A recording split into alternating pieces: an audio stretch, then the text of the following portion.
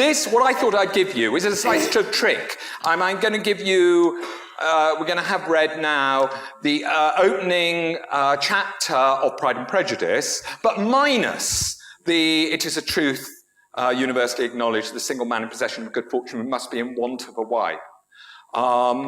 And because that's a very famous bit. But if you listen to what follows, it's an extraordinary sort of exercise in wonderful dialogue. We've never met these people before. Of course you have. You've seen them on telly and all that stuff.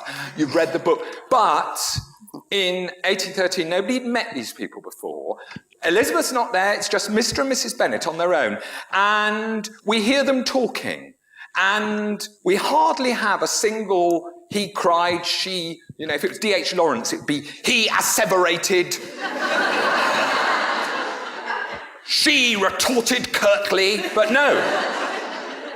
We haven't cut anything, except those first sentences of a chapter. We just let you have a dialogue. And by the end of this, it's brilliant, such economy. You know everything you need to know about the setup for the novel, but also, in a way, you know these two people.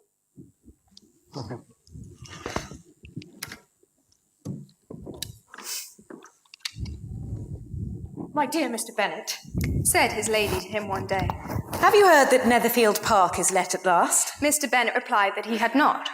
"But it is," returned she. "for Mrs. Long has just been here and she has told me all about it." Mr. Bennett made no answer. "But do you not want to know who has taken it?" cried his wife impatiently. You want to tell me, and I have no objection to hearing it. This was invitation enough. "Why, my dear, you must know Mrs. Long says that Netherfield is to be taken by a young man of large fortune from the north of England, and that he came down on Monday in a chaise and four to see the place, and was so much delighted with it that he agreed with Mr. Norris immediately that he is to take possession before Michaelmas, and some of his servants are to be in the house by the end of the week." What's his name? "Bingley."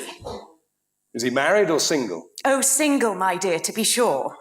A single man of large fortune, 4,000 or 5,000 a year. What a fine thing for our girls."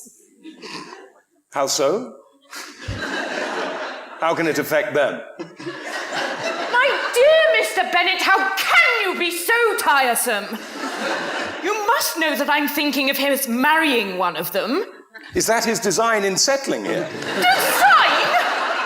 How can you talk so? But it is very likely that he may fall in love with one of them, and therefore you must visit him as soon as he comes."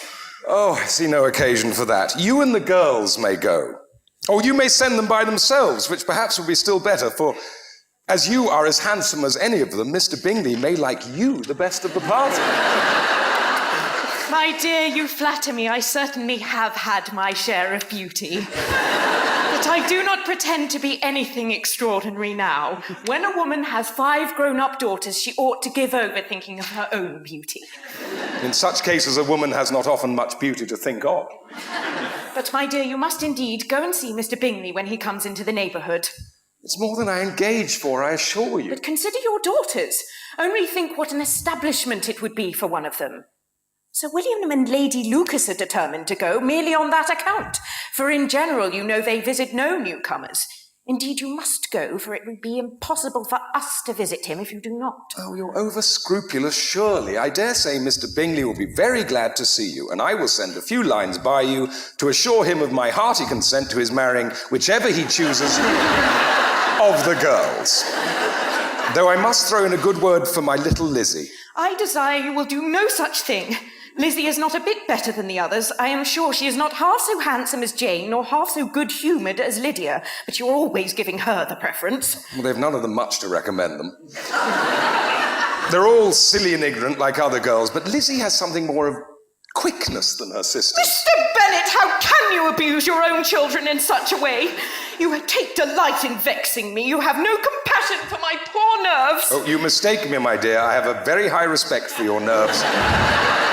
They are my old friends. I have heard you mention them with consideration these last 20 years at least. "Ah, you do not know what I suffer." But I hope you will get over it and live to see many young men of 4,000 a year come into the neighbourhood.